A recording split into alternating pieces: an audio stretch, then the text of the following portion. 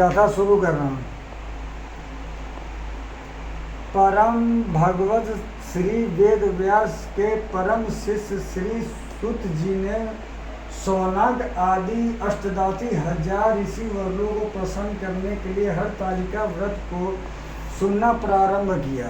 श्री सुत जी बोले, हे ऋषिवरों, आप परम पुनित हरतालिका व्रत की कथा श्रवण कीजिए। श्री सुधी जी बोले, सती व्रत को धारण करने में परम श्रेष्ठ माता पार्वती और गले में नर मुंडों की माला को धारण करने वाले अजर अमर देवों को श्रेष्ठ गर्दर कंठ दाती भूत भावन भगवान आशुतोष शंकर की सर्वप्रथम वंदना करता हूँ। भगवान शंकर की जय हो, जय हो। एक समय माता पार्वती और भगवान शिव जी कैलाश को शिखर पर विराजमान थे। जिज्ञासा के वशीभूत होकर माता पार्वती ने महेश्वर से प्रश्न किया, हे देवाधिदेवो, आप इस विषय को नियंता हो, समस्त धर्मों को अधिष्ठा हो और आप समस्त गुप्त भेदों को जानने वाले, आप मुझ पर अनुग्रह करें। कृपया ऐसा गुप्त भेद मुझसे कहें जो समस्त व्रतों में श्रेष्ठ हो। उस व्रत का वर्णन कीजिए जो अल्प कर्म ही के द्वारा महान फलों को देने वाला हो। हे स्वामी, आप आदि मध्य और अंत से रहित हैं। आप धर्म की स्थापना करने वाले हैं। इसलिए मैंने आपसे ये प्रश्न किया, सो आप कृपया करके मेरी इस जिज्ञासा को शांत करें। भगवती पार्वती के इन वचनों को श्रवण करके मन मुस्कुराते हुए आशुतोष भगवान शंकर जी बोले, हे प्रिय, तुमने आज मुझसे अति श्रेष्ठ प्रश्न किया। हे देवी, तुम्हारी इस जिज्ञासा को शांत करने के लिए इच्छा से ही मैं तुम्हें महान फल देने वाला अति गोपनीय व्रत करता हूँ।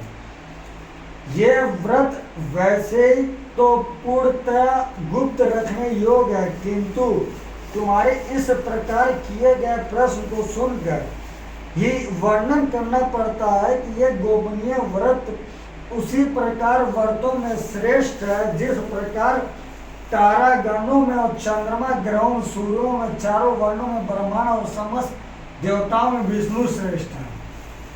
इस महान फलदायक व्रत का वर्णन वेद और स्मृतियां में है। ये अति पुण्य और श्रेष्ठ है। इस व्रत के प्रताप से तुम मेरी अर्धांगिनी हुई हो। ये व्रत भाद्र मास के शुक्ल पक्ष के तृतीया अर्थात तीज होता है। इस व्रत के करने से जीव के समस्त पापों का नाश होता है। हे प्रिय, ये वही व्रत है जिसमें तुमने मेरा वर्णन करने की इच्छा हिमालय पर्वत पर किया था। आज तुम्हारे प्रश्न करने पर मैं तुम्हें उस व्रत को सुना रहा हूँ। इतनी कथा को श्रवण करने के पश्चात सुनेती माता पार्वती ने आशुतोष भगवान शंकर जी से कहा, हे महेश्वर, आपकी कृपा करके इस व्रत को समस्त वृत्तांत मुझे सुनाएं। साथ ही ये भी बताएं कि इस व्रत को मैंने क्यों कर किया था।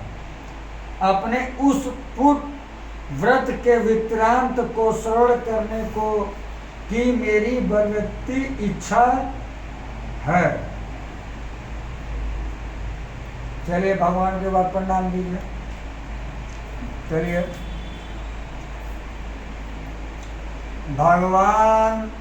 भगवान शंकर जी बोले, हे सुनन्या, आर्यव्रत में समस्त पर्वतों का स्वामी हिमाचल नामक श्रेष्ठ पर्वत है।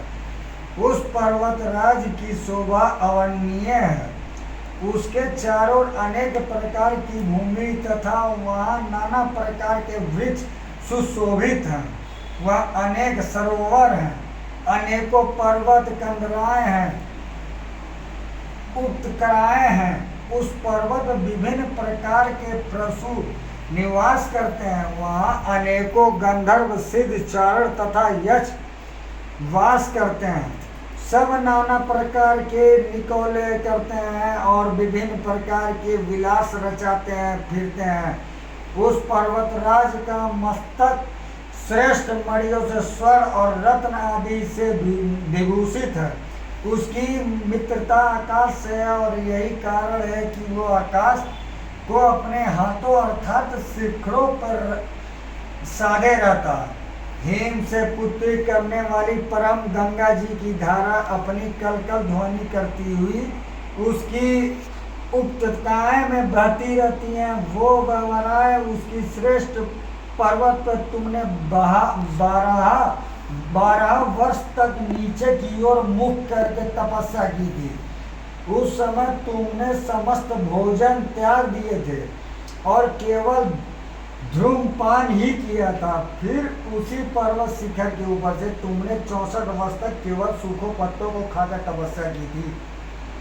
जय हो शंकर भगवान की जय हो।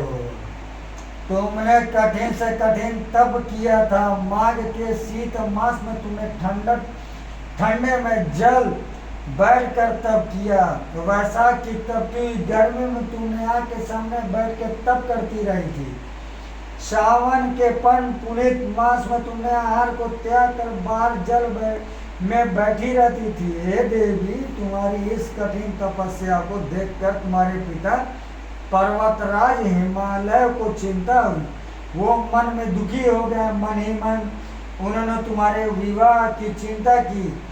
उसी समय देवत नारद जी वहाँ आए निकले। नारद जी ने भी तुम्हारी तपस्या को देखकर कन्या को दुख से दुखी हिमालय से भाग्यशाली हूँ जो हमने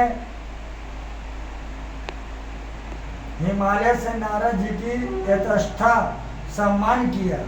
और तब बोले, हे देवर्षि, आप इस समय किधर से आ रहे हैं? मैं अति भाग्यशाली हूँ जो आपने अपने पवित्र चरण कमलों से मेरे इस गृह को पवित्र किया।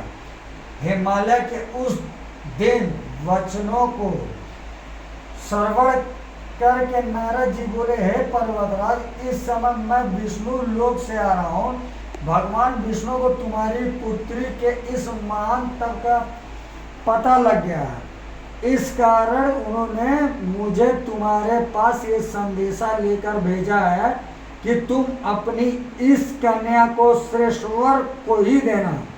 तो वैसे तो तुम स्वयं ही जानते हो कि अखिल विश्व में भगवान विष्णु के समान कोई नहीं है। ब्रह्मा और शिव उनके समान नहीं है। इसलिए मेरी संपत्ति तो यही है कि आप पार्वती का विवाह विष्णु के साथ ही करना तो उत्तम रहेगा। हिमांचल ने कहा, हे मुनि, यदि स्वयं भगवान विष्णु ही मेरी कन्या पार्वती का वरण करना चाहते हैं और इसी कारण उन्होंने आपको यहाँ भेजा है, तो इससे उत्तम और क्या बात हो सकती है। मैं भगवान विष्णु को यही अपनी कन्या दूंगा। हिमांचल के इन वचनों को श्रवण करने की नाराजगी आकाश मार्ग द्वारा चले।